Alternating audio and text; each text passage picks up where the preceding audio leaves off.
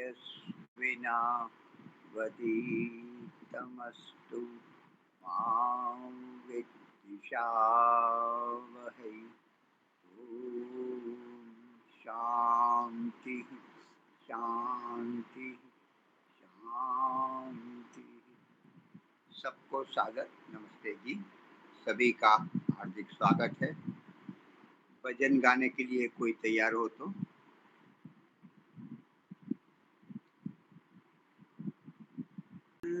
तन है बड़ा अनमोल, नर तन है बड़ा अनमोल, तू समझ ले इसका मोल।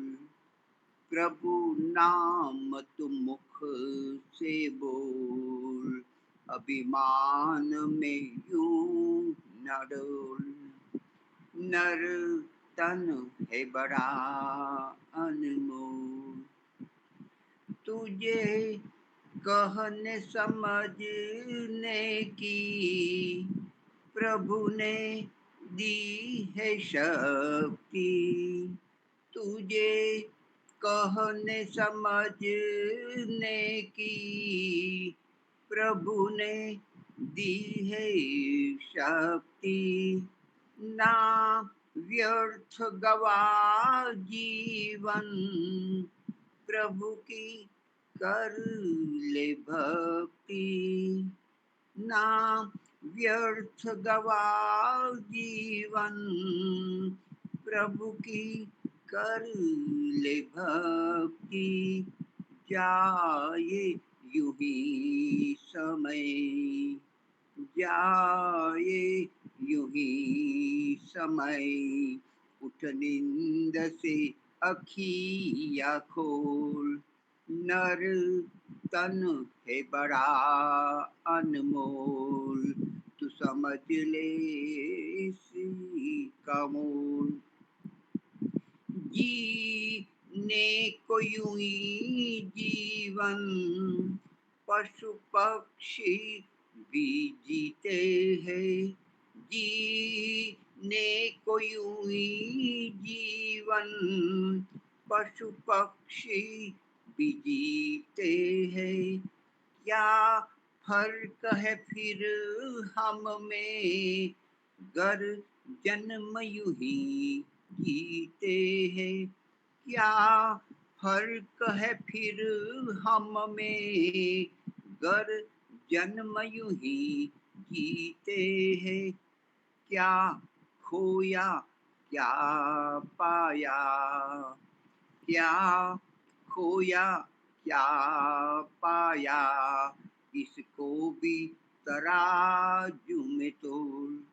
नर तन है बड़ा अनमोल, तू समझ ले इसका मोल। प्रभु नाम तू मुख से बोल, अभिमान में यूं न डोल। इसकी उसकी बातों में है क्या आनी जानी, इसकी उसकी बातों में है क्या आनी जानी।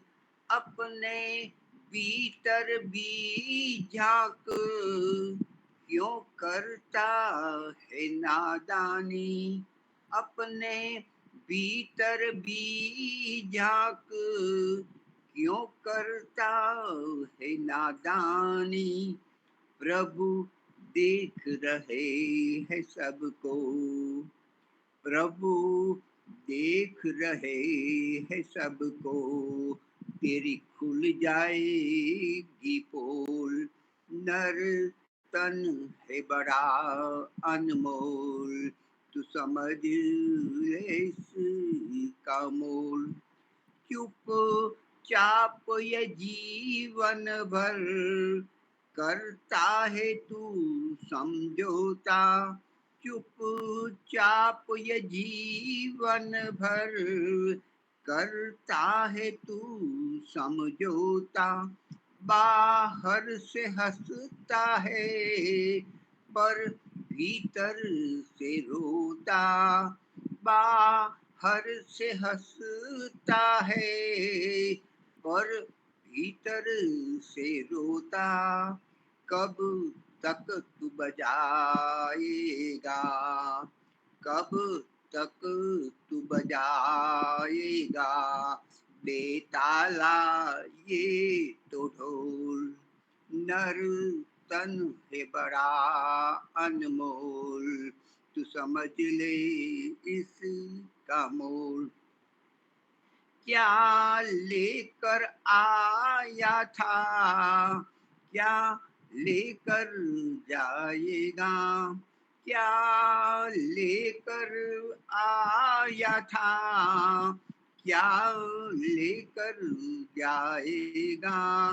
कर ले ईश्वर का भजन, सुख चैन तू पाएगा। कर ले ईश्वर का भजन, सुख चैन तू पाएगा। सब माया का बंधन है, सब माया का बंधन है, तू भूलना अपना कौल। सब माया का बंधन है, तू भूलना अपना कौल। नर तन है बड़ा अनमोल, तू समझ ले इसी का मोल।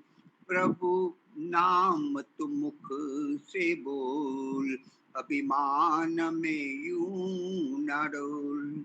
नर तन है बड़ा अनमोल, नर तन है बड़ा अनमोल, तू समझ ले इसी का मोल। धन्यवाद। हाँ जी, समय तो हो चुका है, तो हमारे वक्ता भाग्येश जी आर्य को निमंत्रित करता हूँ, प्रारंभ करें।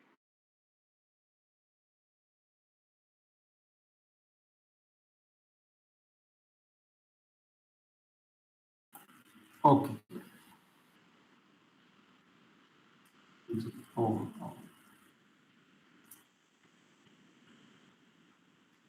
ओम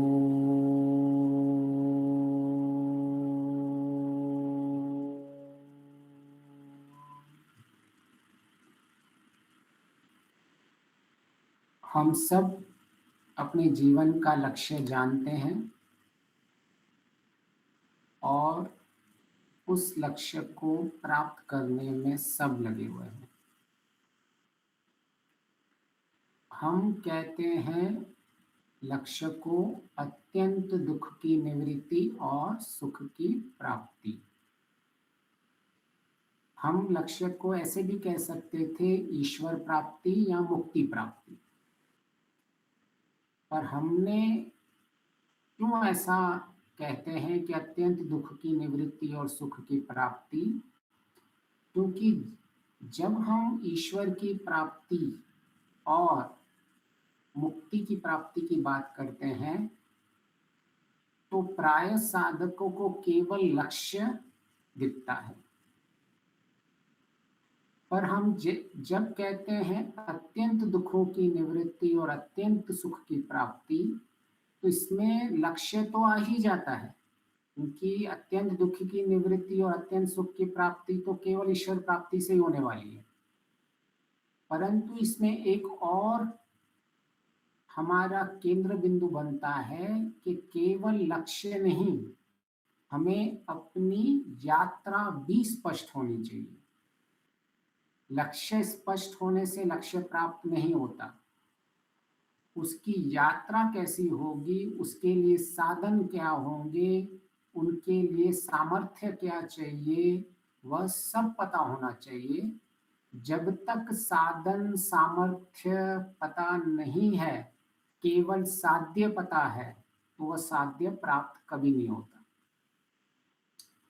कि जैसे मुझे जाना है कहीं, अहमदाबाद से बड़ौदा जाना है, लेकिन कैसे जाऊंगा, कौन सी गाड़ी में जाऊंगा, क्या मेरे पास सामर्थ्य है अभी कि मैं अभी जा सकता हूँ, केवल इच्छा मात्र कि मुझे अहमदाबाद से बड़ौदा जाना है, उससे हमारा लक्ष्य प्राप्त नहीं हो सकता। तो हमें स्पष्ट होना चाहिए कि मैं ये वाली गाड़ी लेके जाऊँगा, मैं इस रास्ते से जाऊँगा, इतने बजे निकलूँगा और मैं तब इन साधनों के द्वारा पहुँच सकता हूँ। तो प्रायः इसीलिए लक्ष्य का हम जब कहते हैं अत्यंत दुखों की निवृत्ति और सुखों की प्राप्ति, तो हम अपनी यात्रा भी स्पष्ट कर देते हैं कि हमारी यात्रा ऐसे नहीं होने वाली है कि मैं जीवन भर दुख भोगता रहूँगा और अंत में अचानक ईश्वर की प्राप्ति हो जाएगी जिसमें ब्रह्म आनंद प्राप्त हो जाएगा। ऐसी स्थिति नहीं होगी। इसी स्थिति निरंतर अच्छी होती रहेगी। हर दिन स्थिति ने बढ़ती रहेगी। हर दिन लक्ष्य के हम निकट आते रहेंगे। अगर ऐसा नहीं हो पाया तो हम लक्ष्य को कभी नहीं पहुंच सकते। मैं ऐसा कभी नहीं कह सकता कि मैं अभी अहमदाबाद से बड़ौदा 100 किलोमीटर है और मुझे अगर उसको 3 घंटे में पहुंचना है तो 1 घंटे के बाद कम से कम मुझे 25 किलोमीटर तो चलना ही चाहिए। मैं ऐसे नहीं कर सकता कि पौने 3 घंटे तक मैं अहमदाबाद में ही बैठा रहूं और ऐसे मुझे लगे कि मैं अचानक 15 मिनट में बड़ौदा पहुंच जाऊंगा। जैसे जैसे समय चलता रहेगा ऐसे ऐसे हर समय मुझे अपनी उन्नति दिखनी चाहिए। इसलिए हम लक्ष्य को इस तरह से परिभाषित करते हैं, अत्यंत दुखों से निवृत्ति और अत्यंत सुखों की प्राप्ति, जिसमें अंतिम लक्ष्य भी आ जाता है और हमारे दिन भर के लक्ष्य भी इसी के अंदर समा जाते हैं। इससे साधक को स्पष्ट हो जाता है कि मुझे करना क्या है, पाना क्या है और कैसे प्राप्त होगा और इसके लिए मुझे क्या क्या साधन चाहिए, कैसा कैसा सामर्थ्य होना चाहिए और किस सामर्थ्य से किस साधन को प्राप्त करके कब मेरा साध्य बनेगा और किस तरह से मैं अपने साध्य को एक दिन प्राप्त कर लूंगा। तो यह हमारा लक्ष्य स्पष्ट हो गया। इस लक्ष्य को प्राप्त करने के लिए हमें पता होना चाहिए कि इस लक्ष्य को हम अगर दुख मिल रहे हैं तो उस दुखों के कारण क्या है, अगर सुख प्राप्त करने हैं तो उसके उपाय क्या है, ये हमें स्पष्ट रहना चाहिए। कारण और उपाय, जब तक कारण पता नहीं चलेंगे तो उसका निवारण नहीं होगा, जब तक उपाय नहीं पता चलेंगे तो हम उन उपायों को अपने जीवन में क्रियात्मक नहीं कर पाएंगे। तो यहाँ तक भी स्पष्ट हो गया लक्ष्य, फिर उनका कारण और फिर उनका कैसे प्राप्त होगा उपाय। तो कारण में हमें पता चल जाता है कि विवेक, अविवेक, अज्ञान, अविद्या, बंधन कारण है। उपाय क्या है, विवेक, विद्या, ज्ञान, विवेक ख्याति, तत्व ज्ञान, ये सब इनके उपाय हैं। अभी कारण भी पता चल गए और उपाय भी पता चल गया। अब हमें साथ में अपने लक्ष्य को हर लेवल पे जोड़ के रखना है। तो कारण क्या है, बंधन। तो बंधन का दुखों से कैसे संबंध है, तो हमें ये हर जगह संबंध बना के रखना है। जैसे जैसे हम आगे चलते जाएं हमारे संबंध भी स्पष्ट होने चाहिए कि ये मेरी यात्रा के जो भी अंग बनते हैं उनका मेरे लक्ष्य से क्या संबंध है, जो भी साधन बनता है उसके मेरे लक्ष्य के साथ क्या संबंध है। तो जब हम कहते हैं बंधन, तो बंधन कैसा बंधन, तो हम सब लक्ष्य को मुक्त होना चाहते हैं, हम सब स्वतंत्र बनना चाहते हैं, हम अपने निर्णयों को स्वतंत्र करना चाहते हैं, हम अपने मन के अनुकूल चलना चाहते हैं। हम चाहते हैं कि जैसे मेरी इच्छा हो, जैसे मैं चाहता हूं मैं वैसे चलूं, जैसे मेरा मन कहता है मैं वैसे करूं, जैसे मैंने संकल्प लिए हुए हैं वैसे ही मैं करूं। ये हम सब चाहते हैं। ऐसा कोई नहीं चाहता कि मैं किसी और के निर्भर होके जीऊं या किसी और के भरोसे जीऊं, किसी और के मन के अनुकूल चलूं, जैसा कोई दूसरा कहे वैसे करूं। हम अपनी ही चलाना चाहते हैं। तो यहाँ तक कोई हानि नहीं है, हम सब स्वतंत्र है, ईश्वर ने हमको स्वतंत्र छोड़ा हुआ है और हम ऐसी अपने आप से अपेक्षा कर सकते हैं कि मैं जैसा चाहूं वैसा करूं, जैसा मन बोले वैसा करूं। परंतु स्थिति कब बिगड़ती है, जब इनको स्वतंत्र होके हम कार्य करते हैं और उनके जब परिणाम निकलते हैं तो उन परिणामों का उत्तरदायित्व हम किसी और को दे देते हैं कि मैं यह कर रहा हूं लेकिन मैं सफल नहीं हुआ। क्यों? क्योंकि मुझे अपनी फैमिली का सपोर्ट नहीं मिला। मैं ये कर रहा हूं, मैं ये सफल नहीं हुआ। क्यों? क्योंकि मेरे ऑफिस में मेरा बॉस ने मेरा साथ नहीं दिया। मैं कर रहा हूं लेकिन मुझे इसका जो उत्तर या परिणाम मिलना था वो नहीं मिला। क्यों? क्योंकि मेरे जो संबंधी थे उन्होंने मेरा साथ नहीं दिया, मेरे स्वास्थ्य ने मुझे साथ नहीं दिया। ऐसे हमने परिणाम को किसी और के ऊपर छोड़ के रखा है। तो जब तक हमने परिणाम किसी और के भरोसे रखा हुआ है, इसका अर्थ ही यह है कि हम बंधन में हैं। मैं कुछ भी कर रहा हूं, उसका एक परिणाम मिल रहा है, पर उस परिणाम का कारण कोई और है। मैं दुखी हूं, क्यों? क्योंकि मुझे कोई दुख पहुंचा रहा है। मैं अपमानित लग रहा है, मैं अपमानित हूं। क्यों? क्योंकि मुझे कोई और अपमान मेरा कर रहा है। तो मैं दुखी हूं, मैं अपने जीवन में सिद्धियों को प्राप्त नहीं कर पा रहा हूं, मेरी उन्नति नहीं हो पा रही है, उसके कारण कोई और है, जो हम स्पष्ट रखते हैं। पर जब निर्णय लेना होता है तब निर्णय मेरा मन, मेरी बात, मैं जैसा कहता हूं, मुझे जैसे समझ में आता है। तो ये दोनों जब कार्य करते हैं और कार्य के परिणाम आते हैं, इन दोनों में एक बहुत बड़ी लकीर खिंच जाती है। तो बंधन इसी को ही कहते हैं। जब तक हमने अपनी स्थिति की जिम्मेदारी किसी और को देके रखी है, इसका अर्थ है हम बंधन में हैं। मुझे वो जब तक सुख नहीं देगा तब तक मैं जीवन में उन्नति नहीं कर सकता। जब तक वो सुधर नहीं जाता है तब तक मैं जीवन में दुख से मेरी निवृत्ति नहीं हो सकती। जब तक वो मेरा अपमान करना नहीं छोड़ेगा तब तक मैं जीवन में निरुपद्रव नहीं बन सकता। जब तक वो मेरी निंदा मेरे खिलाफ बोले नहीं छोड़ेगा तब तक मैं शांत नहीं रह सकता। यही आज हमारी स्थिति है, इसी को ही बंधन कहते हैं। अपने उन्नति की जो क्रियाएं की जाती हैं, उनके जो परिणाम निकलते हैं, उन परिणामों का कारण जब तक कोई और है तब तक हमें बंधन से कोई नहीं बचा सकता। तो सबसे बड़े ज्ञान तो हमारा यही है कि मेरी स्थिति का जिम्मेदार मैं हूं, इसका उत्तरदायित्व मेरा बनता है। जैसी भी स्थिति हो, जब तक मैं उत्तरदायित्व इसका नहीं लूंगा तब तक वो स्थिति नहीं बदल सकती। कुछ लोग मेरी सेवा कर सकते हैं, कुछ लोग मेरा उत्साह बढ़ा सकते हैं, परंतु लोग मुझे मेरे वो उत्साह बढ़ाएंगे, मेरी सहायता करेंगे, उसके बाद भी उस सहायता का ग्रहण करने वाला मैं हूंगा। उस उत्साह का प्रेरणा करने वाला मैं खुद हूं।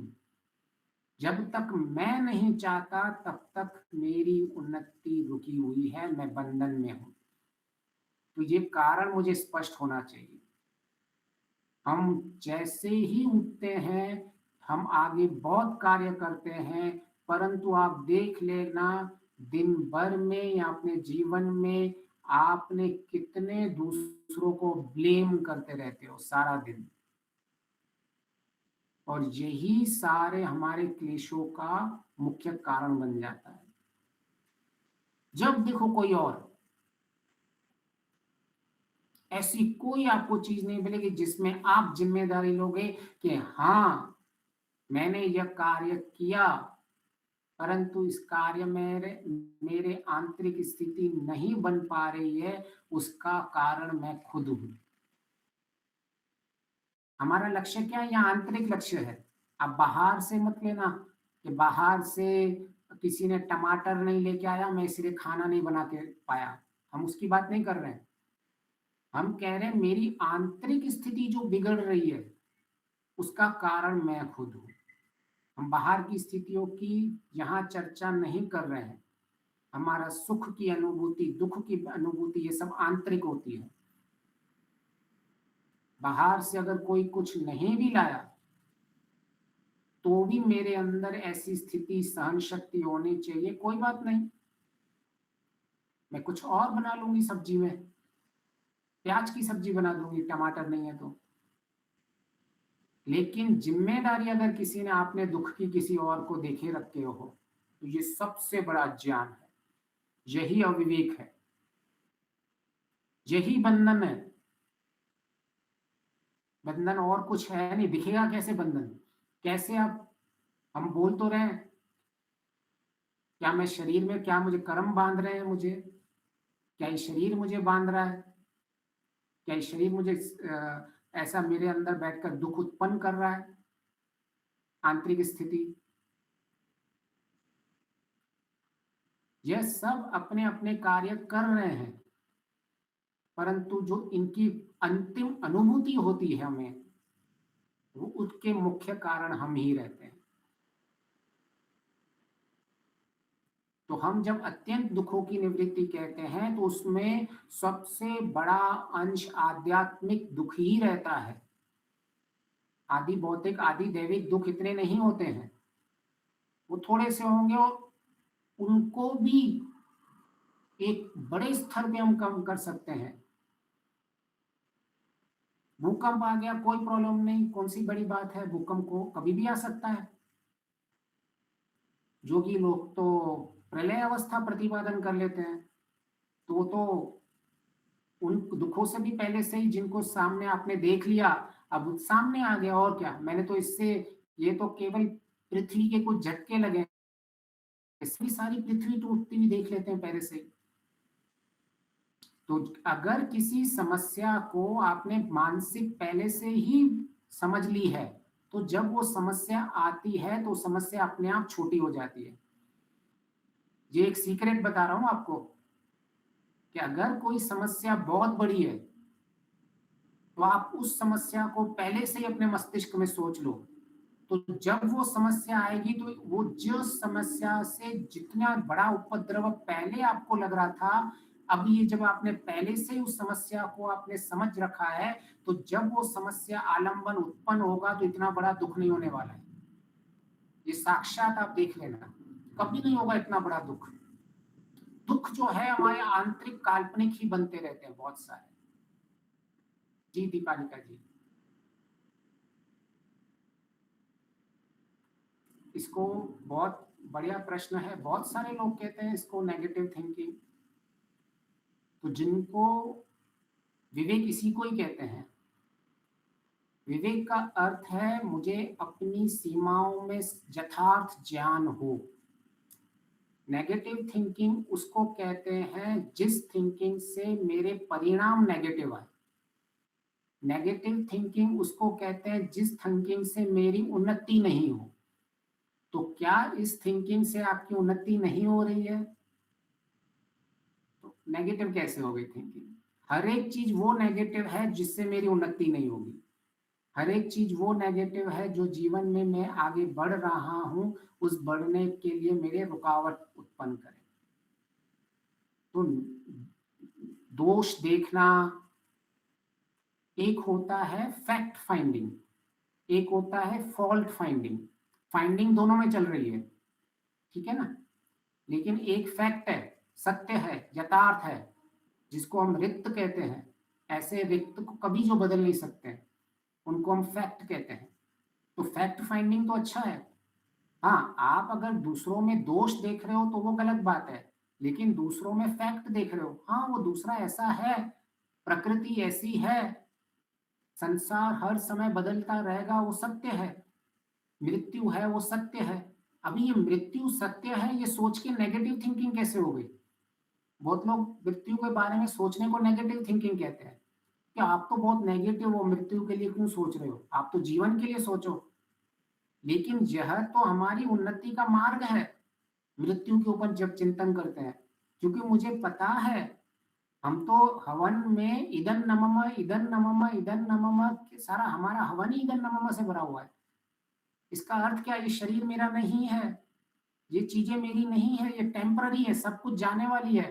तो लोग बोलेंगे अरे ये हवन करते हैं, बहुत नेगेटिव हवन करते हैं, ये ऐसा बार बार बोलते रहते हैं इदन नमम इदन नमम। अरे ये आपका घर है, ये आपकी जिंदगी है, इसको दो। लेकिन कहीं ना कहीं हमें पता है कि जब हम इदन नमम बोल रहे हैं कि ये छूटने वाला है, मैं अपने आप को याद दिला रहा हूं कि सब छूटने वाली है।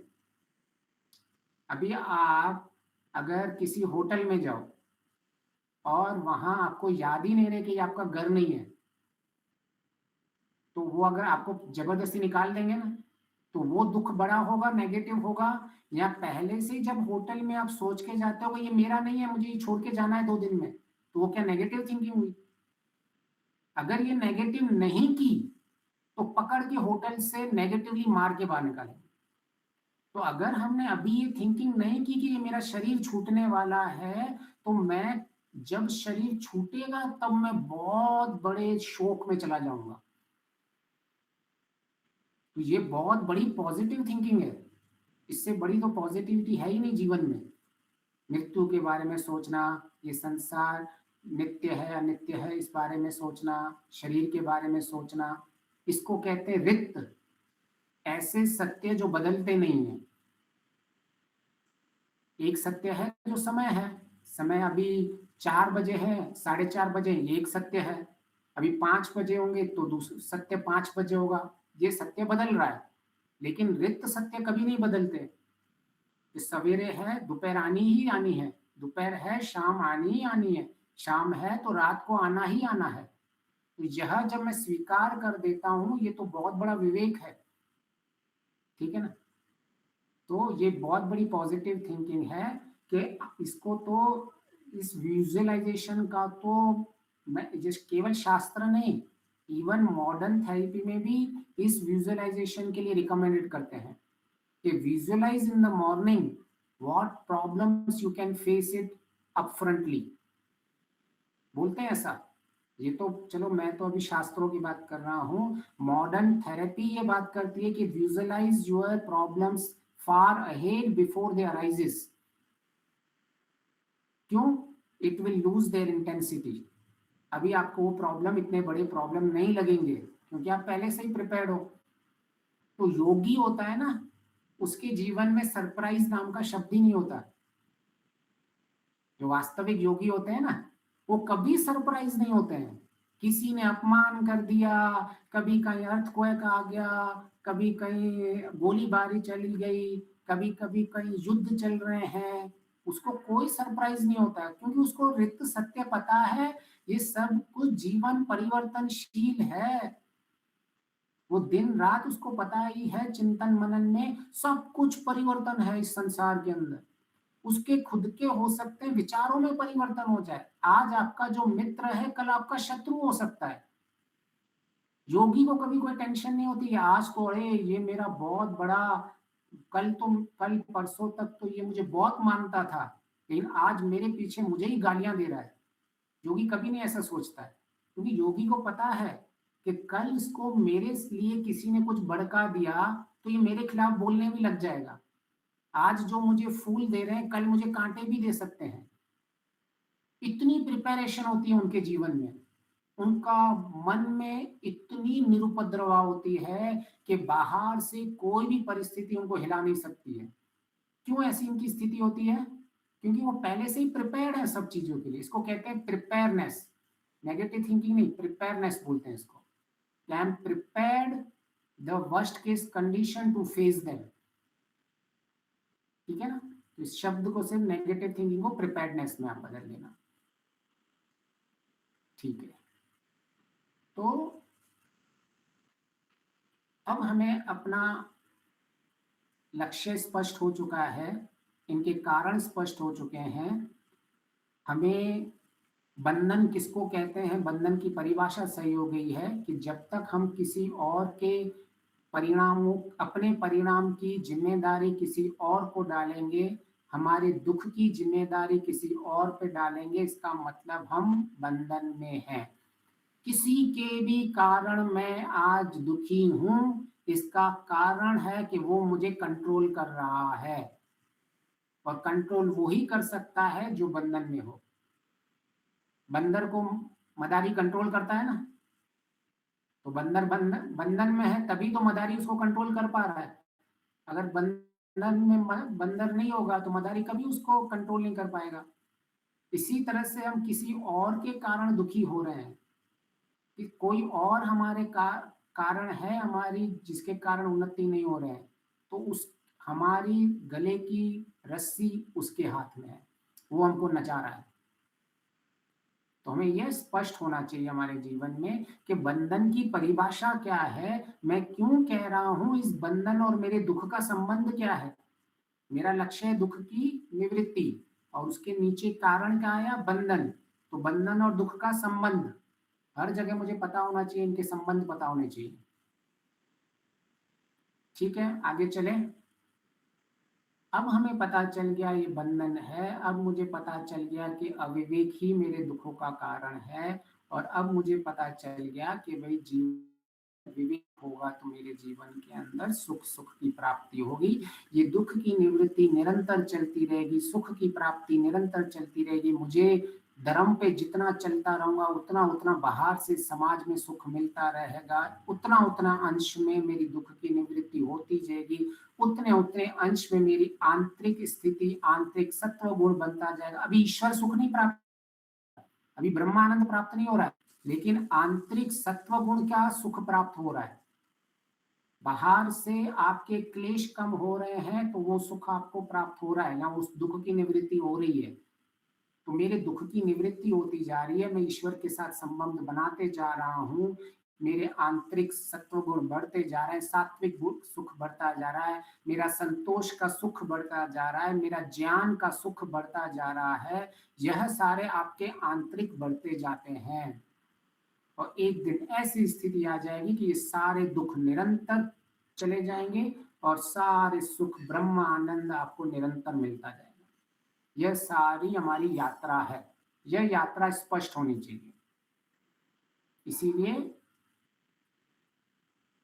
ऋषि दयानंद जी ने इस यात्रा को स्पष्ट किया है। ओम नमः शंभवाय च मयोभवाय च, ओम नमः शंकराय च मयस्कराय च, ओम नमः शिवाय च शिवतराय च। इनमें 3 सुख बताए हैं, एक बाहर का सुख, एक आंतरिक सुख और एक ब्रह्म आनंद सुख। इसीलिए ये हम तीनों शिव संकल्प मंगलकारी कल्याणकारी शंभु की इतनी बड़ी महत्व है। इसीलिए आपको भोलेनाथ के भक्त बहुत मिलते हैं, उनकी वास्तविक स्थिति इसीलिए है। लेकिन इन्होंने वो अलग बना दिया है भोलेनाथ का स्वरूप, वो एक हमारे लिए स्वीकार्य नहीं है वैदिक धर्मियों के लिए। लेकिन वास्तविक शिव कल्याणकारी मंगलकारी, इसी तरह से हमारा बुद्धि बनती जाती है। तो अविवेक कैसे होता है? अविवेक का मुख्य कारण है कि हमारा मन वश में नहीं रहता। जिसका मन वश में रहता है वो ज्ञानी विवेकी, जिसका मन वश में नहीं रहता है वो अज्ञानी और अविवेकी। ठीक है, यहां तक भी हमारा हो गया था। अब ये मन वश में किस कैसे रहता है, उसके लिए हमें संकल्प लेने पड़ते हैं। मन को वश में करने के लिए संकल्प लिए जाते हैं। इसलिए हमारी चर्चा चल रही थी शिव संकल्प मस्तु। हम शिव संकल्प के मंत्रों पर चर्चा कर रहे थे।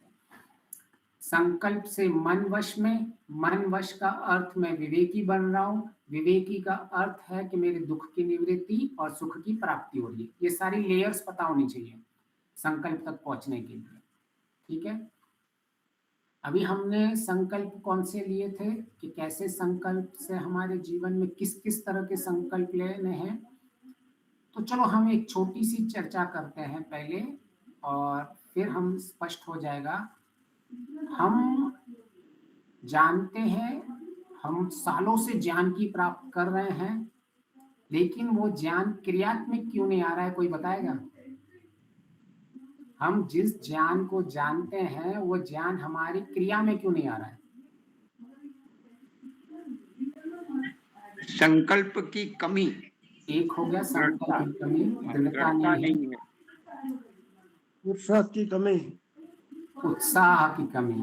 अच्छा ठीक है, रोजगार की कमी नहीं है हमारा। क्या नहीं है? मुहावरा। फिर से बोलना, क्या बोला आपने? मुहावरा, मुहावरा गुजराती में बोलते हैं। महाव्रत, व्रत, ओके व्रत, सारू सारू। હા હા, વ્રત ને સંકલ્પ એક જ વાત છે. તમારું જે તમે મહાવ્રત કહીએ છીએ એને જ અમે શિવ સંકલ્પ કહીએ છીએ.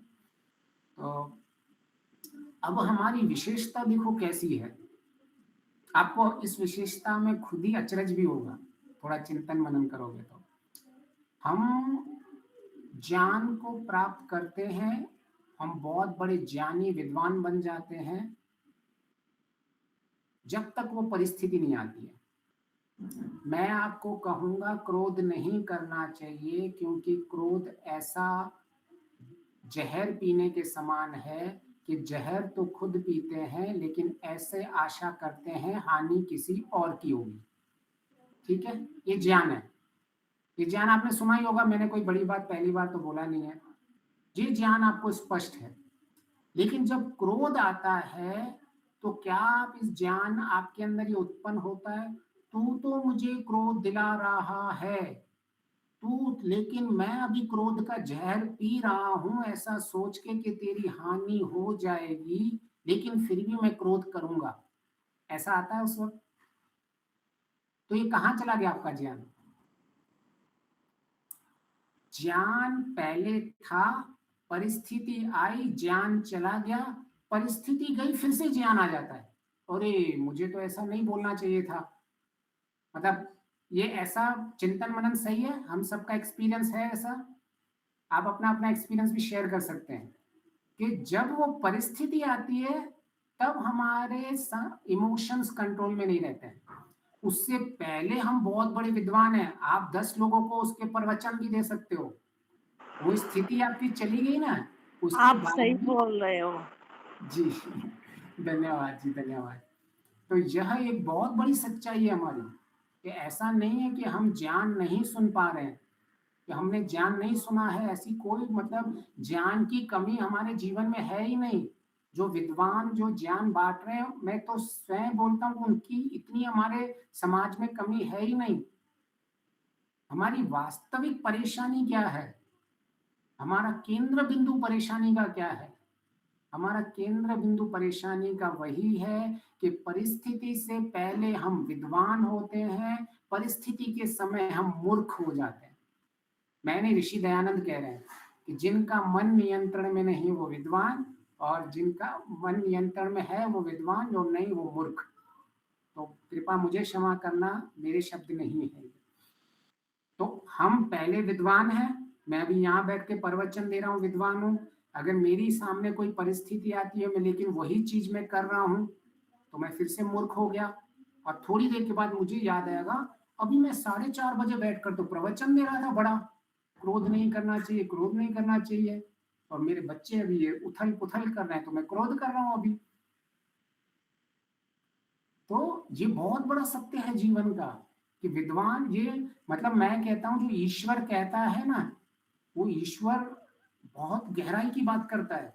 इसीलिए हमने शिव संकल्प मस्तु लिए हैं, कि क्यों हमने इन मंत्रों को लिया हुआ है, क्यों मंत्रों का महर्षि दयानंद जी ये कह रहे हैं कि आपका मन की व्याख्या क्यों कर रहे हैं। शिव संकल्प वो मंत्र है जिसमें मन की बारे में बताया गया है कि मन कैसा है, आपका साधन कैसा है जिससे आप साध्य को प्राप्त कर सको।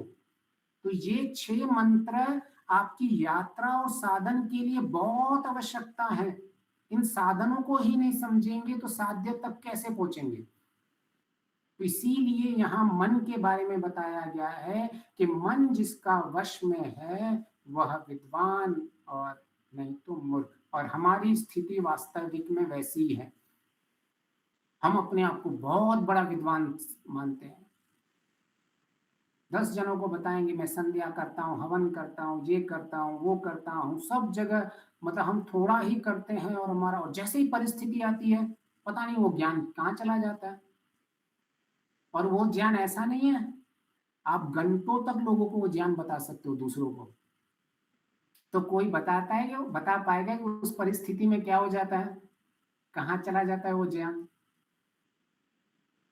ज्ञान तो है ना कि मुझे क्रोध नहीं करना चाहिए, और मुझे ये भी ज्ञान है कि मुझे क्रोध पीने से मेरी हानि हो रही है। क्रोध जब मैं कर रहा हूँ, मेरा कोई अपमान कर रहा है और मैं क्रोध हो रहा हूँ, इसका अर्थ है मैं उसके नियंत्रण में हूँ। ये भी मुझे ज्ञान है। अभी आप मेरे लिए कुछ बोल नहीं रहे हो तो मैं ये बड़े ज्ञान बांट रहा हूँ आपको। तो कई बार ऐसी प्रस्तुति में लोग खड़े भी हो जाते हैं और आपकी निंदा करने में भी हो जाएंगे। जैसे मैं बहुत सारी चीज ओपन बोलता हूँ और मैं बहुत सारी चीजों को, ध्यान को बहुत व्यापक मानता हूँ, मैं केवल बैठने को ध्यान नहीं बोलता हूँ, तो बहुत लोगों को बहुत सारे प्रश्न आ जाते हैं और आपको बोलेंगे भी। तो जब तक व्यापक गहरा ज्ञान नहीं होगा ना तो लोग आपके ऊपर उंगली उठाएंगे भी। तो उसके लिए आपको प्रिपेयर रहना पड़ेगा, नहीं तो मुझे यहाँ प्रस्तुति देने का अधिकार ही नहीं है। मुझे सबसे पहले प्रस्तुति के पहले अपने मन को बनाना पड़ेगा कि मैं जिनको समझाऊंगा, मैं आर्य समाज में प्रस्तुतियां दे रहा हूँ, यहाँ प्रस्तुतियां दे रहा हूँ, लोग मुझे प्रश्न भी बहुत सारे पूछते हैं, उनमें से कुछ लोग मुझे को नहीं भी समझ पाएंगे, मैं पहले से ही वो बुद्धि में डाल के रखता हूँ। मैं कभी ऐसी एक्सपेक्टेशन नहीं रखता हूँ कि मेरी बातें सबको सब समझ में आ जाएंगी। जिनका जब जब जितना जितना स्तर होगा, इसीलिए मैं बार बार पूछता हूँ प्रश्न पूछो प्रश्न पूछो, जिससे हमारा कन्वर्जन रेशियो बढ़े समझने का। ठीक है ना। तो अच्छा, अभी किसी को बताना है कि उस परिस्थिति में क्या हो गया। मन में दृढ़ इच्छा शक्ति की कमी। मन में दृढ़ इच्छा और शक्ति की कमी, बहुत बढ़िया।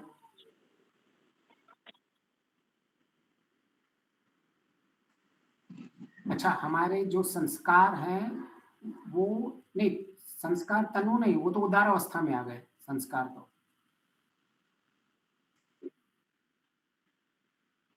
हाँ, वो ज्ञान है, संस्कार का जो ज्ञान था वो अभी उभरा नहीं, जिस वक्त उभरना चाहिए था उभर नहीं रहा है। इसमें तो ये भी है कि हम सचेत नहीं है, सावधान नहीं है, हमारा सामर्थ्य कम पड़ रहा है, ये हम भी सचेत कारण है। नहीं है, हम अभी भी सावधान मान्यता नहीं में है। कुछ समझौता कर लेते हैं कि ये तो जीवन में ऐसे जैसे के साथ वैसा ही करना पड़ता है। वो जैसे अभी कि सिद्धांत हटा नहीं पूर्ण रूप से। मान्यता बनी हुई है, हमारे सिद्धांत हटे नहीं है। वो सिद्धांत उस परिस्थिति के पहले सब थे। मतलब हम कितनी गहराई में सूक्ष्म बात कर रहे हैं। आप मतलब आपको मैं किस सूक्ष्म मात्रा तक लेके जा रहा हूँ वो आप अभी पता चल गया होगा ना। ये सारी चीजें हम बातें कर रहे हैं, ये परिस्थिति से पहले सब हमको पता है कि हमारा सामर्थ्य नहीं है, हम अलर्ट नहीं है, हम सावधान नहीं है, जो सब हमें पता है, ये ज्ञान हमें सब पता है। और उस परिस्थिति के बाद भी ये ज्ञान रह रहा है। जब ध्यान में जाते हैं ना, ये सारी चीजें खुलती हैं। इसके अभ्यास की कमी, मतलब इसको अभ्यास में लाना पड़ेगा। इसको अभ्यास में लाना पड़ेगा। बहुत बड़ी, बहुत अच्छा है। तो होता क्या है, जिसको हम अविद्या कहते हैं, वो अविद्या जब परिस्थिति आती है तो अविद्या विद्या का रूप धारण कर देती है। अविवेक विवेक के वेश में आ जाता है। अविवेक विवेक जैसा लगने लगता है हमको। जैसे मैं उदाहरण दूं, आपको सुबह प्रातः काल में जल्दी उठना है, तो आपने आज क्या कर दिया, अभी ज्ञान बांट दिया अपने मन को कि ब्रह्म मुहूर्त में उठने के तो बहुत ज्यादा लाभ है। मन शांत रहता है, वातावरण शांत रहता है, सारी चीजें अपने अनुकूल हो जाती है। इसीलिए यह, और आपने बहुत सारी रिसर्च भी कर दी कि बुद्धि की स्थिति क्या रहती है, इसकी स्थिति क्या रहती है, उसकी स्थिति क्या रहती है, और आपको बोलोगे अब मुझे ज्ञान आ गया, अब मैं सवेरे ब्रह्म मुहूर्त में उठूंगा। फिर जैसे ही आप उठने जाओगे तो आपका दूसरा विवेक उत्पन्न पड़ेगा, नहीं नहीं, इतना जल्दी उठने से क्या फायदा, हमारे जीवन में तो नींद की बहुत ज्यादा आवश्यकता है। अगर मेरी नींद अच्छी नहीं होगी तो मेरा सारा दिन खराब होने वाला है। तो ये भी एक ज्ञान है ना, मस्तिष्क को, हमारे लिए नींद भी बहुत इंपॉर्टेंट है। हम बगैर नींद, अगर जितनी नींद चाहिए उतनी नहीं करेंगे तो हमारा मस्तिष्क बैलेंस में नहीं रहेगा। सबको जितनी जितनी नींद आवश्यकता है वो करनी चाहिए। लेकिन जब वो परिस्थिति आई, अभी आपका जो उठ नहीं पा रहे थे, आपको वास्तव में उस वक्त उठना था, और आपने जो कल रात को ज्ञान, या इतने सालों से अपने आप को ब्रह्म मुहूर्त में उठना है, इतने लेक्चर सुन लिए, इतनी चीजें सुन ली हैं, लेकिन ये जब परिस्थिति आई उठने की, तब आप उठे नहीं। तब आपने दूसरा जो अज्ञान था आपके अंदर, उसने आपको एक विवेक का रूप धारण कर दिया कि देखो अभी तो मेरे जीवन के अंदर नींद बहुत जरूरी है, नहीं तो मेरा दिन खराब हो जाएगा, मुझे स्कूल जाना है, मुझे कॉलेज जाना है, मुझे इस सारे काम करना है। तो उस वक्त परिस्थिति में अगर सीधा सीधा अविवेक आए ना तो आप उसको हटा लोगे। सीधा सीधी अविद्या नहीं आती है, अविद्या रूप बदल के आती है, वेश में आती है, दूसरे वेश में आ जाती है, विद्या के वेश में। और हम अपने आप को फिर बहुत ज्ञानी समझते हैं। देख, मुझे पता था कि नींद अगर अच्छी तरह नहीं होगी तो मेरी हानि होने वाली है, और मैं इसीलिए नहीं उठा। ये है वास्तव में हमारी आंतरिक स्थिति। जब हम क्रोध कर रहे होते हैं तो हम क्रोध में, तब जब हमारा अपमान कर रहा है, आपको ये वाला जहर वाली बात तो सुन ली आपने, लेकिन जब क्रोध का जब आलम्बन आएगा तो आप बोलो अरे ये तो मेरे आत्मसम्मान की बात है, अभी नई चीज आ गई, विवेक उत्पन्न हो गया फिर से। आपको क्रोध नहीं करना है, ये आपने बहुत समझा दिया, लेकिन अभी जब क्रोध आ रहा है ना तो आप बोले मेरी आत्मसम्मान पे प्रश्न पूछेगा तो मैं आप किसी को छोड़ूंगा नहीं। अरे भाई, तेरा क्या, तू अपनी आत्मसम्मान में उस वक्त विवेक की बात कर रहा है? तू क्या सम्मान कर रहा है? जो तूने संकल्प लिया है, तू अपने संकल्प का सम्मान नहीं कर पा रहा है और अपने आप को आत्मसम्मान कह रहा है। ऐसा कैसा किसी का आत्मसम्मान है जो अपने खुद के संकल्प का सम्मान नहीं कर रहा है? लेकिन हम उसको विवेक समझ लेते हैं, क्योंकि हमने शास्त्रों में सुना हुआ है कि आत्मसम्मान बहुत आवश्यकता है। अब हम शास्त्रों का दुरुपयोग कर रहे हैं। ये होता है, पढ़े लिखे लोग शास्त्रों का दुरुपयोग ऐसे करते हैं। शास्त्रों को बहुत सारा पढ़ेंगे, मॉडर्न साइंस को भी बहुत सारा पढ़ेंगे, मॉडर्न साइंस का भी दुरुपयोग इस तरह से ही करते हैं। इसको कहते हैं ज्ञान का दुरुपयोग करना। भाई, आपको पता ही नहीं आत्मसम्मान किसको कहते हैं। आपने अपने आत्मसम्मान के नाम पे आपने उसके साथ क्रोध कर लिया, अपना मन गंदा कर दिया, अपने अंदर उपद्रव पैदा कर दिया, अपना द्वेष पैदा कर दिया, और ऐसे ही आत्मसम्मान के सामने बाहर मैं अपने आप को आपको प्रवचन देता रहूंगा, अंदर ही अंदर में संस्कारों को बनाता रहूंगा, गंदा करता रहूंगा, गंदा करता रहूंगा। और बाहर से तो, लेकिन मैं बता रहा हूँ, देखो मुझे क्रोध के बारे में सब पता है, मैं कोई क्रोध नहीं कर रहा हूँ, मैं तो आत्मसम्मान की बात कर रहा हूँ, मैं इस क्रोध को छोड़ ही नहीं पा रहा हूँ। फिर ये ज्ञान मुझे मिल गया, अब फिर से क्रोध आ गया, अब मुझे किसी ने ज्ञान दे दिया, भाई तो आत्मसम्मान नहीं, तू तो, चलो छोड़ दो, जो मैं शब्द नहीं प्रयोग करना, कि मूर्ख है तू। आत्मसम्मान होता तो अपने संकल्प की रक्षा करता तू। तो अभी ये बोल नहीं सकता दूसरी बार। अब दूसरी बार उसको क्रोध करना है तो क्या बोलेगा, मैं अन्याय के खिलाफ मैं बोल रहा हूं, इसीलिए मुझे क्रोध करने की आवश्यकता है। अब मैं दूसरा कारण ढूंढ के आ गया। मतलब हम बहुत ओवर स्मार्ट हैं। हम उस परिस्थिति में दूसरे ज्ञान को पैदा कर देते हैं।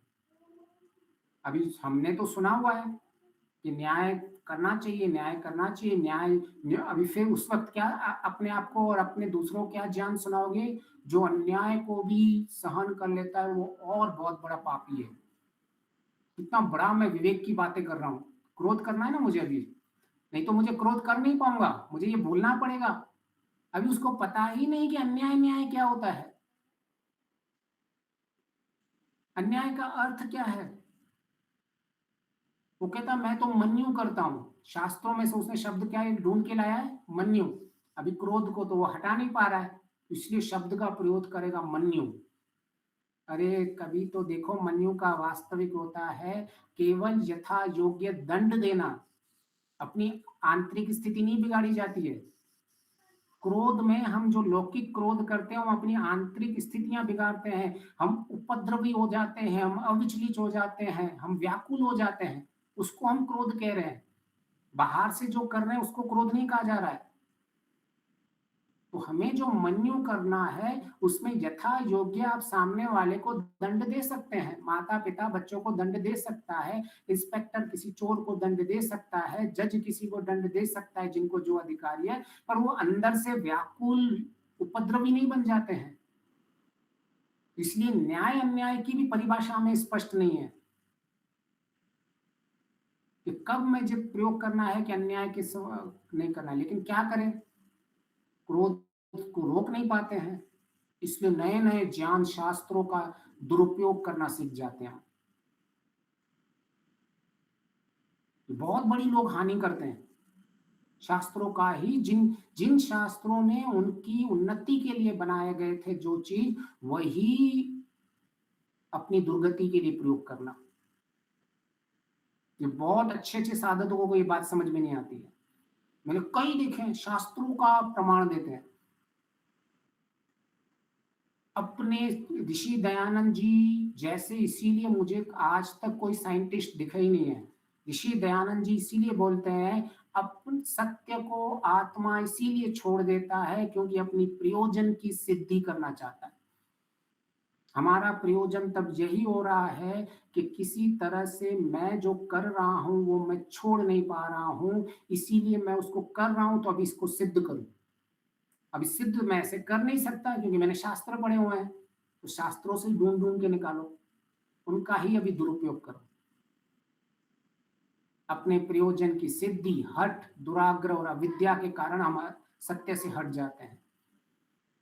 इसके लिए बहुत गहरा चिंतन मनन करो आप, ये सारा सब कुछ आपके अंदर दिखेगा, अंदर सारी गंदगियां दिखेंगी, अंदर जाते ही नहीं हम, दिखती नहीं है। और वो जब सफाई होती है ना, उसका कितना आनंद मिलता है, उसका अपना सुख है उस सफाई का। घर के अंदर सफाई वाला रूम होता है तो उसमें आपने कोई विशेषता नहीं की होती है, गुलदस्ते नहीं लगाए होते हैं, फिर भी अच्छा लगता है ना। केवल झाड़ू लगाया है, अभी झाड़ू नहीं लगाया हो तो आपको कुछ कंफर्टेबल नहीं होता है,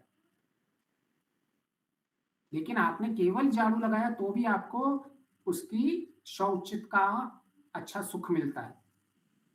तो ऐसे ही अंदर जब हमारे अंदर ऐसी ऐसी क्लीनिंग चलती है, अंतःकरण की शुद्धता होती है, तो सुख उभरता रहता है।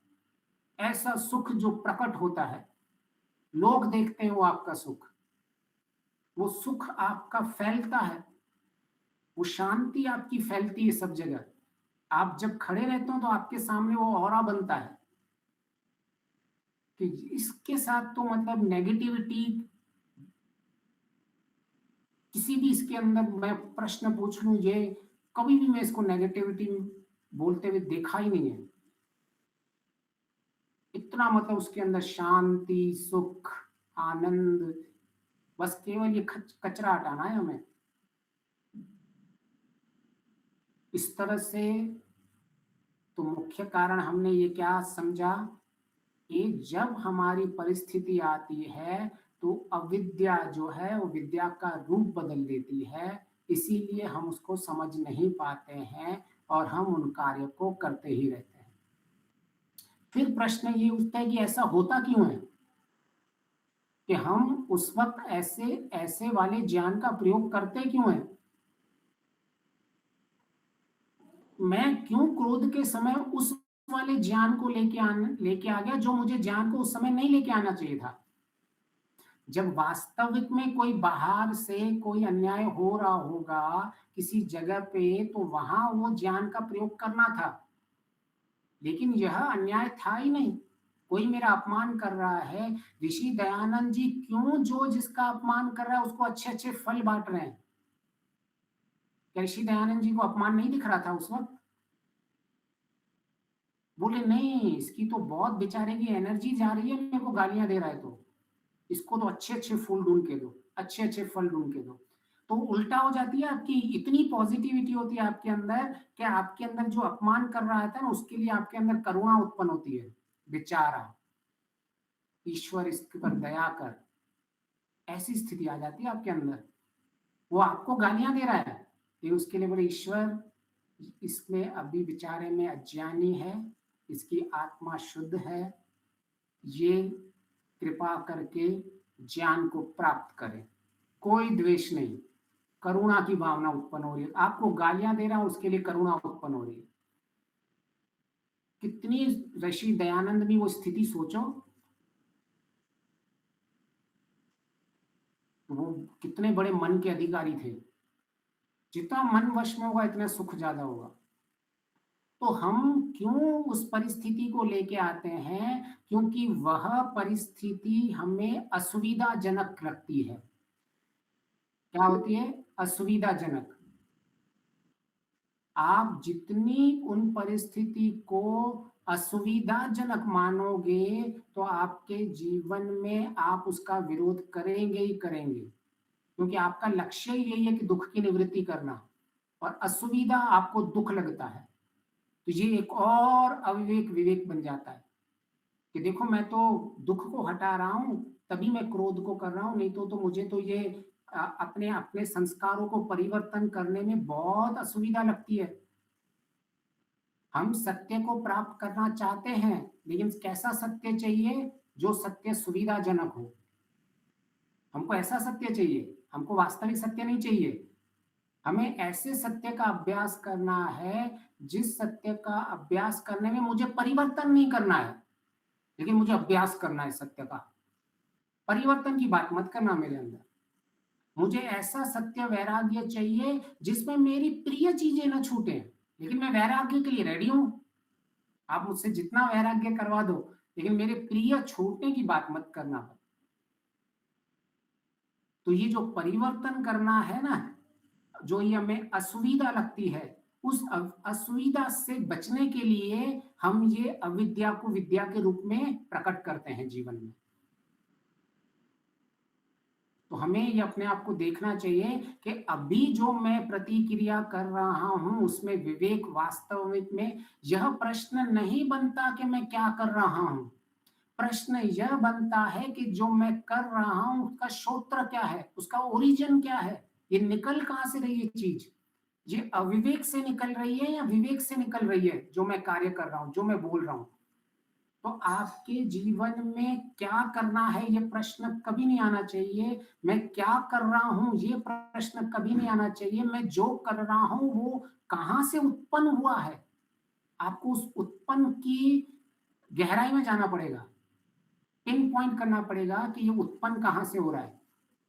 नहीं तो हम ऐसे ही मुकुट पहन के जीते रहेंगे, मास्क पहन के जीते। बच्चे मास्क पहनते ना, रावण का, भूत का, हम सब ने वो पहना हुआ है, बस दिख रहा नहीं है। परिस्थिति जैसी आती है वो मास्क हम चढ़ा देते हैं कि मैं तो बहुत करुणा वाला हूं, मैं तो दया की भावना रखता हूं लोगों के ऊपर। अंदर लोकेशना पुतेशना ईशनाएं बड़ी हुई है सारी।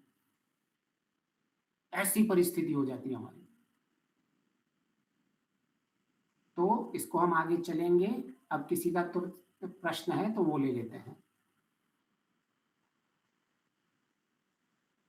आप यहाँ पे एक बड़ी साइंस ही है ना, देखिए कि वो अगर कोई साधु सामने वाला निगेटिव एनर्जी भेज रहा है तो दयानंद जी ने उसकी नेगेटिव एनर्जी को पॉजिटिव एनर्जी उससे प्राप्त करने के लिए अपनी तरफ से तो पॉजिटिव एनर्जी भेजी ना। निगेटिव भेजती तो प्लस हो जाती वहां जाके नेगेटिव में। निगेटिव पॉजिटिव से काउंटर बैलेंस में भी तो वो साइंस का एक सिद्धांत आ गया। अच्छा, आप उसमें कुछ ऐड करना चाह रहे हो ऐसा? नहीं, अच्छा ऐड नहीं कर रहा हूँ मैं। आपने जैसे बताया दयानंद जी एक बहुत बड़े साइंटिस्ट हैं। अच्छा अच्छा। मैं साइंटिस्ट मानता हूँ। तो यहाँ अगर हम लोग ऐसे देखें कि उन्होंने उनको मीठे फल भिजवाए तो हाँ ये हाँ दयानंद जी की साइंस के सिद्धांत से भी बिल्कुल ठीक बैठता है कि सामने वाले की नेगेटिव एनर्जी को पॉजिटिव एनर्जी से काउंटर बैलेंस करवाया उन्होंने। हाँ जी, ठीक है। मतलब ये हम एनर्जीज पे जितना हम सोचते हैं उसके लिए ठीक है। मुख्य है इसमें नेगेटिव और पॉजिटिव एनर्जी से ज़्यादा यही है कि मैंने अपने अंदर ऐसी एक लेयर बना दी है कि वह नेगेटिव एनर्जी मुझे इम्पैक्ट ही नहीं कर रही है। मुख्य वो होता है, मुझे वो चिंता ही नहीं करनी है कि सामने वाला को पॉजिटिव एनर्जी जाएगी, उसमें परिवर्तन होगा नहीं हो। ऋषि दयानंद जी वो कभी नहीं सोचते थे। वो हमारा मुख्य लक्ष्य एक ही होना चाहिए, मैं आंतरिक कितना पवित्र और पॉजिटिव हो रहा हूं। मेरी पॉजिटिविटी का इम्पैक्ट दुनिया में पॉजिटिविटी हो उसकी कोई गारंटी नहीं है। कोई ऐसा एग्रीमेंट साइन नहीं हुआ है जब हम पैदा हुए हैं कि अगर आप अच्छे चल रहे हो तो सामने आपको अच्छा ही करने वाले मिलेंगे। यह बहुत बड़ा मिथ्या ज्ञान है इस संसार में। सबसे बड़ा ज्ञान यह है कि आपको अन्यायकारी मिलेंगे ही। आप जब जन्म लेते हो तो कोई कॉन्ट्रैक्ट साइन करके नहीं आते हो कि संसार में कोई आपके साथ अन्याय नहीं करेगा। लोग अन्यायकारी होंगे, लोग अधर्मी होंगे। आप कितना भी अच्छा करो, आप फल परिणाम की इच्छा इस संसार से कर ही नहीं सकते हैं कि 100% ये संसार मेरे साथ न्याय करेगा। कभी नहीं करेगा, क्योंकि संसार में ये क्षमता ही नहीं है। उस पूर्ण न्याय करने के लिए सर्वज्ञ होना जरूरी है। पूर्ण न्याय के लिए सर्वव्यापक होना आवश्यकता है। पूर्ण न्याय, आपको न्याय कभी नहीं मिलेगा इस संसार में। तभी तो ईश्वर के प्रति इतनी प्रीति होती है, तभी तो ईश्वर के प्रति इतनी श्रद्धा होती है, तभी तो ईश्वर के प्रति इतनी लगन लगती है कि जिस संसार मेरे साथ कुछ भी कर ले, ईश्वर के दरबार में मेरा न्याय होने वाला है। तो आपके अंदर एक उन्नति, आपके अंदर उत्साह, ईश्वर के प्रति और श्रद्धा बढ़ जाती है। आपकी संसार से कोई एक्सपेक्टेशन नहीं है। वो आप अच्छा कर्म करोगे, सामने वाला पत्थर भी मार सकता है आपको। उसकी क्षमता ही नहीं है बेचारे की समझने की, मारेंगे पत्थर आपको। तो मुझे संसार से कोई लेना देना नहीं है। संसार मुझसे अन्याय कर सकता है, इसीलिए तो कभी भी योगी लोग सरप्राइज होते ही नहीं थे। यही तो सीक्रेट था उनका, वो कभी सरप्राइज नहीं होते थे। लोग अन्याय करे तो कर सकते हैं, मेरी ईश्वर के दरबार में क्षतिपूर्ति हो जाएगी। भाई मुझे अन्याय से प्रॉब्लम तब हो जब मेरी कोई हानि दिख रही हो। उसको हानि दिखती ही नहीं है, वो यथा योग्य पुरुषार्थ करता है।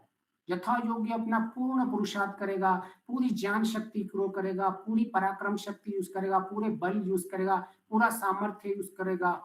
अंत में लेकिन वो स्वीकार कर देगा, जो मिला ईश्वर तेरा प्रसाद, तेरे दरबार में मेरा न्याय होने वाला है, मेरी क्षतिपूर्ति होने वाली है। ठीक है ना। आप सबका बहुत बहुत धन्यवाद जी।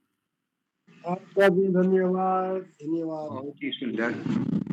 इसमें ईश्वर समर्पण है, ईश्वर की आज्ञा का यथावत मैं पालन करूंगा, चाहे कितनी बार मुझे जन्म लेना पड़े, लेकिन करूंगा नहीं। और प्राणी मात्र के प्रति ईश्वर जैसा करता है वह सभी पर प्रेम दया करुणा करूंगा, वो उस मन मस्तिष्क में हर सांस में उसमें भरा पड़ा होता है, तभी ये हो सकता है। बहुत बहुत सुंदर आपने वक्तव्य दिया, बड़ी गहनता से हम चर्चा कर रहे हैं और आप लोगों ने प्रश्न भी अच्छा लगा। हाँ जी शंकर जी, आप जी बहुत सबको साथ आवाज आ रही है मनी जी? जी कक्षा का समापन शांति पाठ से। ओम ध्यो शांति अंतरिक्षं शांति पृथ्वी शांतिराप शांतिरोषधयः वनस्पतयः शांति विश्वे देवा शांति ब्रह्म शांति सर्वं शांति शांतिरेव शांति सामा शांति। ओम शांति शांति। शांति ही शांति। जय घोष। जो बोले सो अभय। सत्य सनातन वैदिक धर्म की जय हो। मर्यादा पुरुषोत्तम भगवान रामचंद्र की। जय हो। जय हो। योग विराज भगवान कृष्णचंद्र की। जय हो। व्याकरण सूर्य गुरु विरजानंद की। जय हो। योग प्रवर्तक महर्षि दयानंद सरस्वती की। जय हो। व्याकरण सूर्य गुरु विरजानंद की। जय हो। जय हो। स्वामी श्रद्धानंद की। जय हो। भारत माता की। जय हो। जय हो। गौ माता की। रक्षा की। देश के अमर शहीदों की। जय हो। देश की ज्योति। बनी रहे। भारत का झंडा। ऊंचा ऊंचा रहे। रहे। और समाज। अमर रहे। सत्याग्रह विकास। घर घर गूंजे। ध्वनि।